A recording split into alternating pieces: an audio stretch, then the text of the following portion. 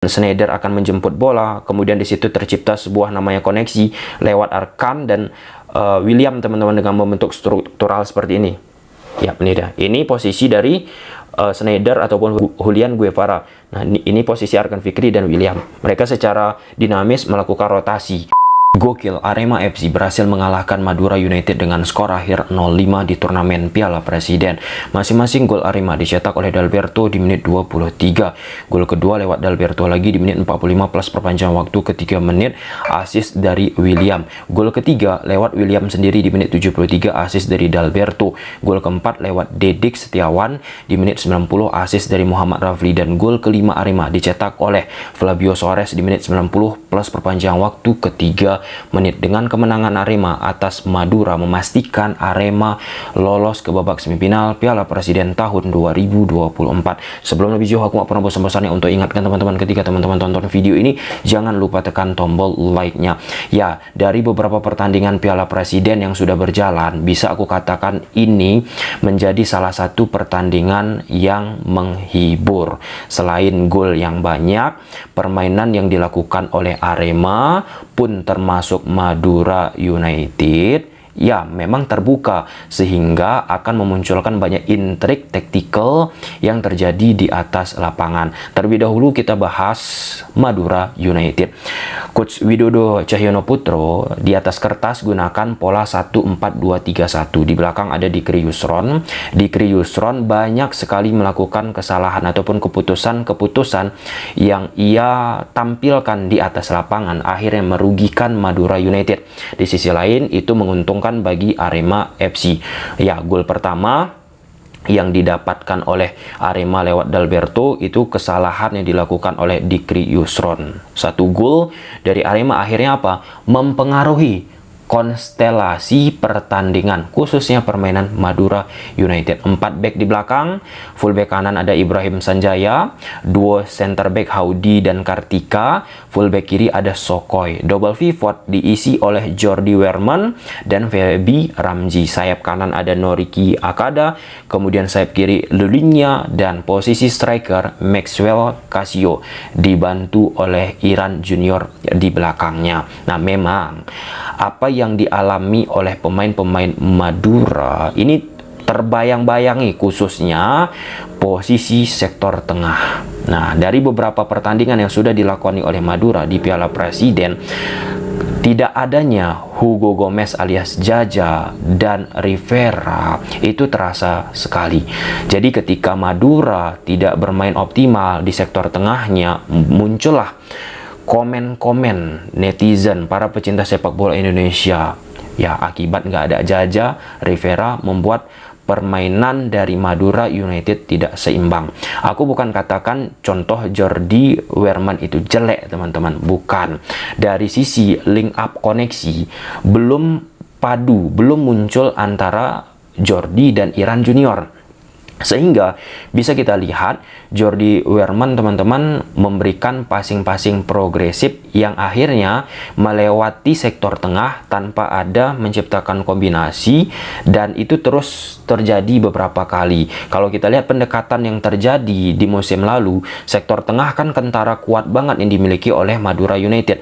Mereka mencoba masuk ke daerah final third, itu lewat sektor tengah dulu diciptakan kombinasi, baru diimbangi ataupun diiringi oleh pergerakan sayap kanan dan sayap kiri. Itu dikonfirmasi bahkan, teman-teman, di babak Championship Series yang dimiliki Madura musim kemarin yang harus kalah melawan Persib Bandung. Selaku caretaker, Coach Basuki bilang di sektor tengah Madura udah kuat, tinggal masalahnya bagi Madura United ini di daerah final third yang tidak begitu oke. Nah, di pertandingan Piala Presiden yang sudah kita lihat, daerah tengah pun menjadi persoalan. Aku rasa teman-teman tidak begitu fluent.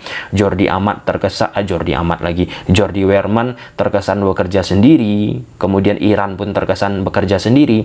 Jadinya sinergitas di sektor tengah tidak muncul dan membuat ya, kesulitan Madura United mengimbangi sektor tengah yang dimiliki oleh Arema FC, yang secara fair 3 pertandingan yang dilakoni oleh Arema FC di Piala Presiden tahun 2024, sektor tengah yang dimiliki oleh Arema sangat amat menjanjikan. Nah, itu nih yang dibutuhkan oleh Madura United. Nah, Jordi, Iran, kan ini ada beberapa pemain baru, bukan lagi beberapa, banyak pemain baru yang didatangkan oleh Madura United. Aku pikir dan aku yakin teman-teman butuh adaptasi dimiliki oleh pemain-pemain tersebut. Dan key point penting lagi, Madura United di musim ini bukan hanya tampil di Liga 1 Indonesia, mereka akan membawa nama Indonesia di kancah Asia. Jika tidak berbenah, jika berpuas diri dengan positioning sekarang ini, maka akan sangat perlu berhati-hati Madura untuk menghadapi Liga 1 Indonesia dan tampil di level Asia. Dari sisi pendekatan, taktikal apa yang diterapkan oleh Coach Widodo Cahyono Putro sebenarnya nggak jauh berbeda dengan apa yang sudah dilakoni oleh Madura United di Piala Presiden kali ini. Contohnya, double pivot tetap sebagai penjembatan antara lini belakang, lini tengah, sampai dengan lini depan. Double pivot ini selain memberikan bola progresif pas langsung ke depan teman-teman, ataupun diagonal pas, Lulinnya sebagai sayap kiri, dia sering masuk di koridor half space untuk memunculkan opsi passing bagi double pivot dari Madura, ataupun turun ke bawah untuk membantu double pivot dari Madura tersebut.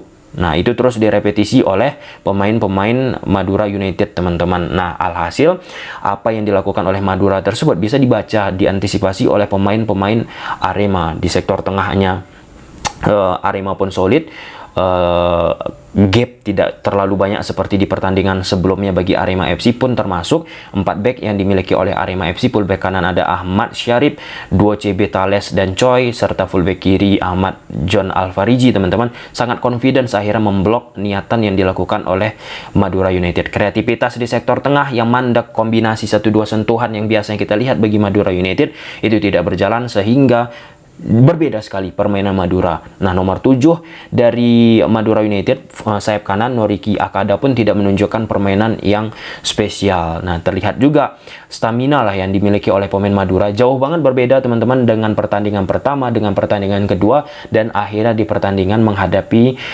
Arema FC ini. Plus, suka tidak suka secara psikologis teman-teman, pertahanan dimiliki oleh Madura United yang rapuh, yang sering melakukan kesalahan khususnya di Krius, bahkan di babak kedua kiper baru pun dimasukkan. Itu akan sedikit banyak yang mempengaruhi psikologis pemain-pemain Madura United secara keseluruhan di atas lapangan, teman-teman. Muncul itu trust tadi, kepercayaan. Secara sederhana teman-teman, kalau kuat lini belakang kita, kalau kuat kiper kita, kalau kuat back kita, itu akan secara positif memberikan pengaruh terhadap pemain-pemain yang akan berjuang di atas lapangan. Namun ketika hal-hal seperti yang dilakukan oleh Dikri Yusron, termasuk kiper pengganti nomor 1 Fawait Ansori, itu tentu secara mentalitas akan terpengaruhi sekali. Oke, kita masuk ke Arema FC. Aku harap teman-teman sudah menonton video ulasan kita di pertandingan pertama Arema, di pertandingan kedua Arema, dan di pertandingan ini. Jangan skip teman-teman. Ya, aku bisa menyebut ini salah satu pertandingan yang menghibur. Selain menciptakan banyak gol, permainan yang ditampilkan khususnya Arema FC sangat atraktif. Meskipun Arema FC sempat kesulitan di sekitaran menit 10-15 menit secara intensitas ataupun dinamika permainan teman-teman. Nah, perlahan-lahan Arema pun terkhusus ketika mereka sudah menciptakan gol. Turning point terhadap situasi pertandingan di atas lapangan bisa mereka ambil. Nah, di atas kertas Coach Joel Corneli gunakan pola 1-4-2-3-1 atau penyebutannya juga bisa menjadi 1-4-3-3. Ke penjaga gawang ada Lukas Pregeri, 4 back, fullback kanan Ahmad Maulana Syarif, ia menunjukkan permainan yang prima, again. 2 CB, Choi nomor 20 dan Thales. Kemudian fullback kiri ada John Ahmad Alfariji. Thales ini posisinya di center back sebelah kanan ya, Choi di center back sebelah kiri teman-teman. Kemudian double pivot ada Schneider, Julian Guevara Munoz bersama Arkan Fikri. Nah, dari beberapa pertandingan sudah dilakoni oleh Arema FC, terus ya Schneider ataupun Julian Guevara teman-teman dengan Arkan Fikri tercipta nih koneksinya. Di pertandingan pertama sudah kita sebut Arkan Fikri sedikit kebingungan, di pertandingan kedua terperbaiki, dan di pertandingan ketiga ini solidnya, rapatnya apa yang dilakukan oleh double pivot Arema sangat membantu, baik itu dari sisi defensif ataupun attacking yang dilakukan oleh Arema FC. Kemudian sayap kanan Salim Akbar Tuharia. Salim Akbar nggak kelihatan di pertandingan ini.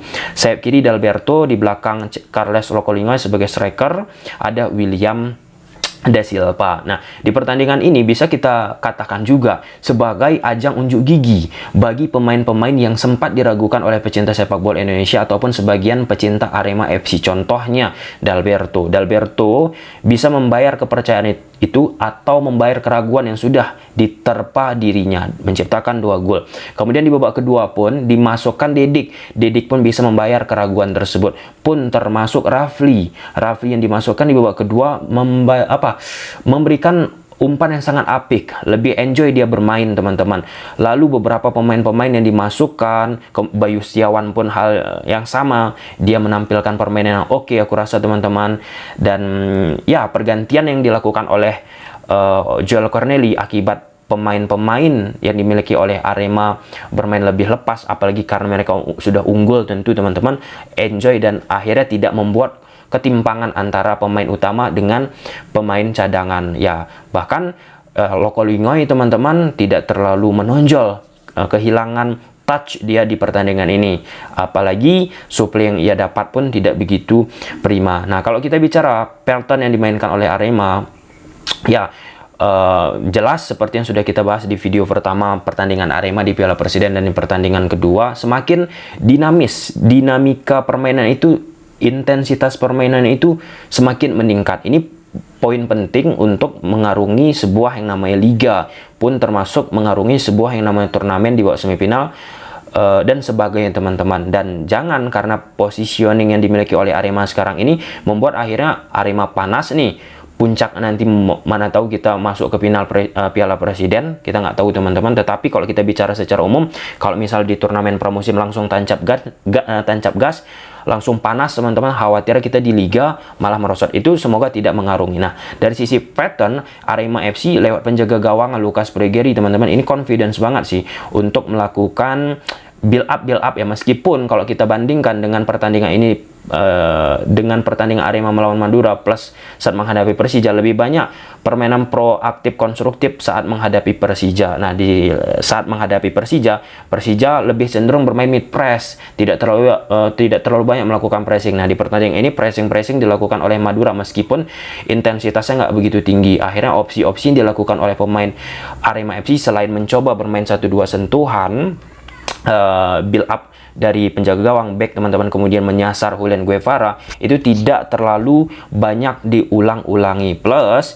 di sektor tengah ataupun niatan yang sering dilakukan oleh Arema FC itu melakukan umpan-umpan direct vertikal ke sektor depan ataupun belakang garis pertahanan dari Madura United. Nah, persoalan dimiliki oleh Arema yaitu akurasi. Nah, ada Julian Guevara, kemudian Arkan Fikri, teman-teman, melakukan umpan-umpan jauh, termasuk juga Dalberto, itu tidak terukur, dan bahkan back dari Arema FC pun tidak terukur. Nah, dari beberapa pertandingan sudah kita lihat juga Arema FC dari sisi efektivitas sih, keklinisan di depan gawang perlu terus diasah. 0-5 apakah sudah skor ideal? Bagi aku, teman-teman, harusnya 0-7 nih bagi Arema FC. Ada 2 peluang yang sangat krusial di pertandingan babak pertama, teman-teman, salah satu yang lewat William, dan di situ Arema FC decision makingnya, teman-teman, termasuk juga Locolingoy, teman-teman, itu tidak prima. Nah, ini hal yang harus tentunya menjadi perhatian dari Coach Joel Corneli. Bahkan ketika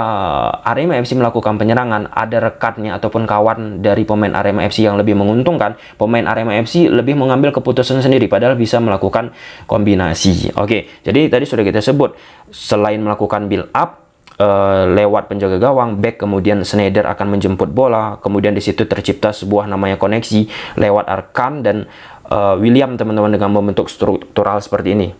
Ya, ini dah. Ini posisi dari Schneider ataupun Julian Guevara.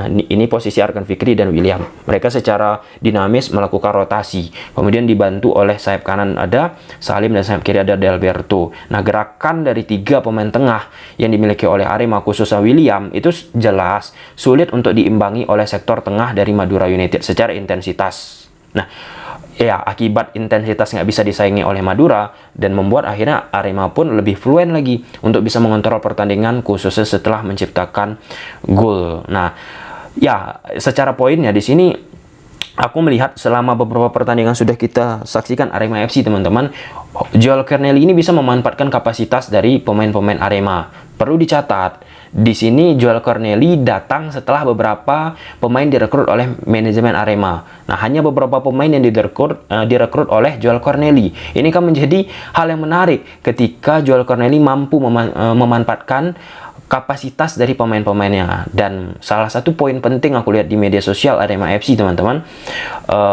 petinggi dari Arema yaitu yang terhormat Iwan Budianto langsung juga aku lihat turun ya ke sesi training, meskipun dulu-dulu aku yakin Iwan Budianto juga turun, tetapi ini terekspos oleh media official dari Arema FC juga, itu diposting di Instagram Arema. Ini kan membuat rasa iklim nyaman, tenang bagi pemain-pemain Arema pun, dan mereka pun di sesi training itu ketawa-ketawa, dan muncullah itu namanya yang harus dimiliki oleh sebuah ataupun semua klub teman-teman, ikatan harmonisasi lewat apa yang dilakukan oleh Joel Corneli. Nah, pendekatan Joel Corneli ini pun memang melihat momentum ya ketika melakukan serangan. Kalau misalnya tidak efektif untuk melakukan permainan build up 1-2 sentuhan seperti halnya dilakukan saat menghadapi Persija, opsi lain dilakukan untuk memanfaatkan kecepatan Rokolingoy dengan meletakkan bola vertikal di belakang garis pertahanan dari lawan teman-teman, atau ketika hal tersebut sulit memanfaatkan